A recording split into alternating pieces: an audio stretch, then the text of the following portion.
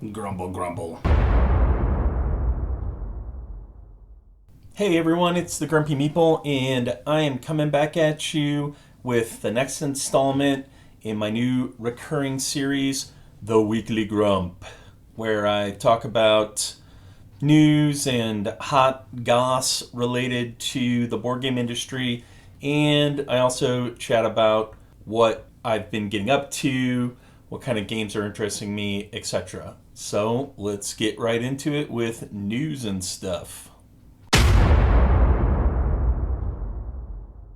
Let's kick it off with Tainted Grail, Kings of Ruin.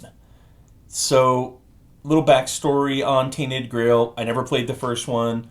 I was interested in it when the Kickstarter ran. The theme looked absolutely incredible to me, but it's just one of the games that I decided not to get in my pathetic attempt to control my board game spending. And so I've never played it. I never regretted not backing it, but I am interested in this new campaign because it sounds like they've learned a lot from the original, and that the space just isn't as busy now, I feel like, in terms of these big tentpole releases. There hasn't been one that I've been interested in come out in the last couple months, and so I feel like I've got a little more room for this. So, Tainted Grail Kings of Ruin is a new standalone story campaign from the team behind the acclaimed Tainted Grail board game. You get to play with a brand new set of exciting characters. It continues the story of Fall of Avalon, Last Night, and Age of Legends. Those are the campaigns from the previous Kickstarter, while also providing a perfect self-contained entry into the saga for new players.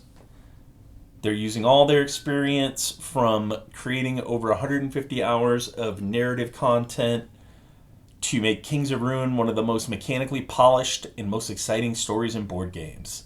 It includes key improvements over the previous games, including changes to the Menhir travel system, rebalanced character advancement, and many other twists. So, this all sounds great. One change that jumped out at me looking at the updates was the location cards are going to be double-sided now. Previously, one side would have a location and then the other side would have like some text, I believe, like some story text or choose your own adventure aspects. And so now, to cut down on bloat in terms of the number of locations that need to be on the table, they've made them double-sided. So hopefully it'll be less of a table hog. And then all of that crunchy story goodness that was previously on the cards is going to be in a journal, basically. And, taking a look at these pictures, you've got lots of incredible art. They've got a few miniature renders out there already that look pretty cool. And they really seem to be engaging with the community quite a bit, even in the pre-campaign. There's a lot of voting going on for bosses and artwork and sculpts, etc., in the pre-campaign updates. So, some fun, engaging stuff to get up to even before the campaign comes out. So, very exciting. Looking forward to it. No idea when it's coming, but hopefully sometime soon because it looks pretty cool. All right.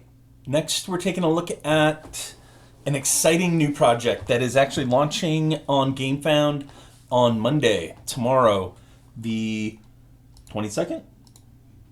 Yes. And that is Robomon by Gabe Barrett. Robomon is an exploration-focused, story-driven, open-world game of robot combat for 1 to 2 players.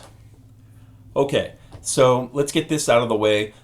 The inspiration behind this pet-battling, story-driven RPG is not particularly subtle, and I don't think it needs to be. How many derivations of a certain Nintendo franchise are there out there, you know? But there's very few in board game form, especially as an adventure game, an RPG basically. And this game just looks freaking awesome. So right off the bat, if you follow the campaign before it launches, you'll get a free exclusive starter card, so a starter Robomon. Very cool, giving you more options right off the bat. And, you know, if you're just looking at this art, it's just incredible. Look at all these wacky... Look at this robot panda with a flaming fire fist, and you get the dog hanging out in the background. I mean, this game looks freaking awesome. Most of the animals have become extinct through a series of devastating wars. A scientist invented Robomon to rebuild the broken world. Can you piece together the clues and discover the secrets of the world on your way to becoming a fully licensed Robomon Ranger?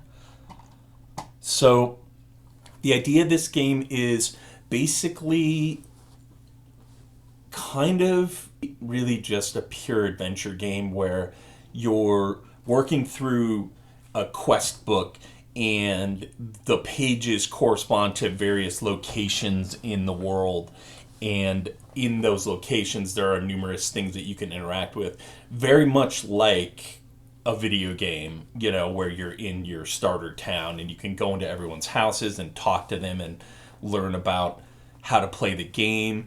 The game has a very kind of easy ramp up tutorial where it does slowly unlock. If I remember correctly, there's actually even wording in the box that tells you that you don't need to even open the rule book to start playing. You just start with the adventure book and it guides you through it, which is really freaking awesome. I love games that are kind of easy to learn, easy to onboard to. And so basically you're going to be going around, you're going to be making decisions, and the world is going to kind of change around you. You know, there are branching paths and such, and you're going to be collecting these Robomon and fighting wild Robomon and participating in Robomon championships, I assume, fighting other rangers.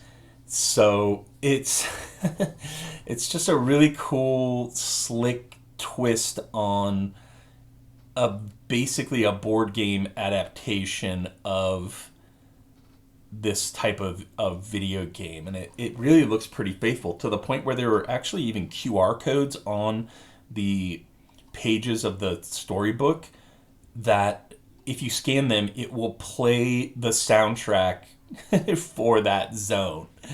So very cool. So you're getting to go around, you're through exploration, you'll discover hidden puzzles and decode their mysteries to reveal shocking events from the world before Robomon. You get to build your team, reprogram, upgrade, and repair Robomon to create the perfect team.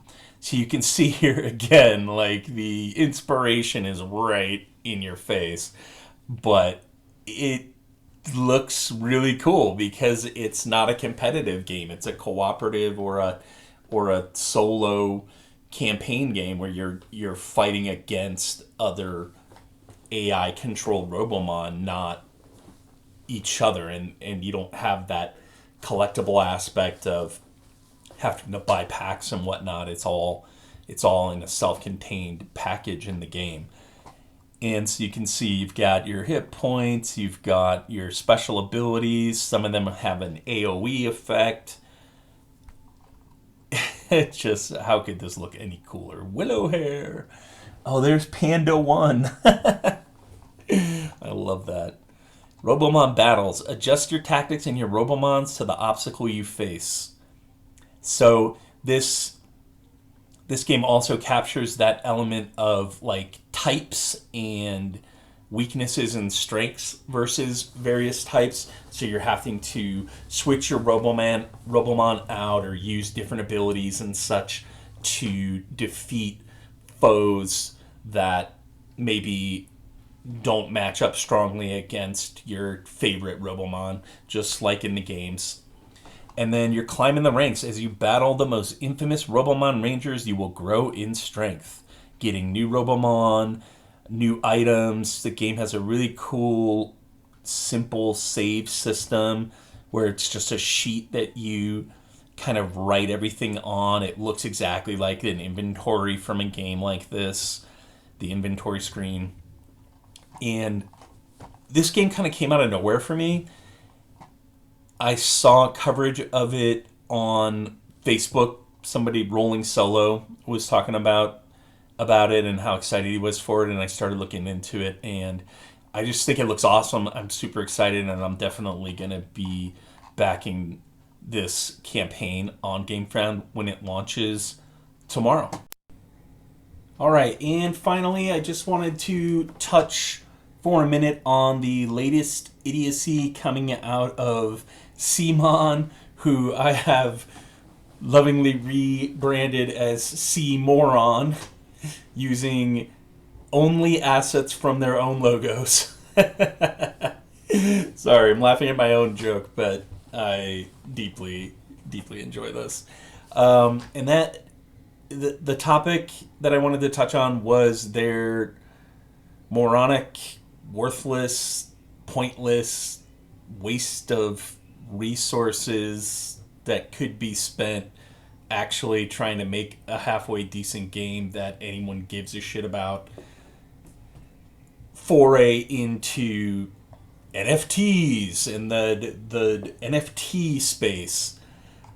I've seen pictures floating around out there of zombicide packs of NFT cards that you can open up and unlock and trade with your and sell on the market and all this stupid ass shit.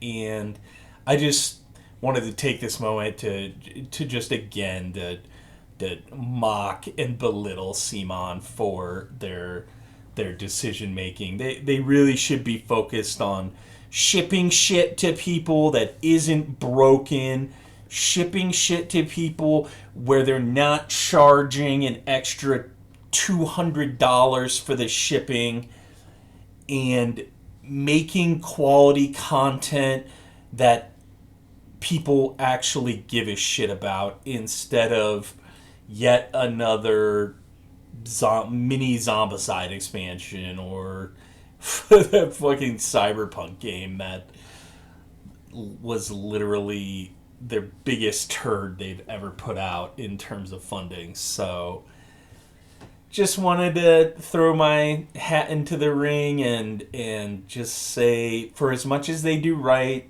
I am enjoying Marvel United X-Men. I'll be getting some more unboxings up here soon. I just have so many games to play, so many campaign games to play, that it's hard to find the time. But as much as I'm enjoying that, as much as I'm looking forward to eventually unboxing my massive copy of MD2, Massive Darkness 2, they're still like floundering over there in terms of just basic decision making and where to put their focus. So I feel that the CMORON label is well earned in this case. That's all that I had for today. I hope you enjoyed this, and I will talk to you later.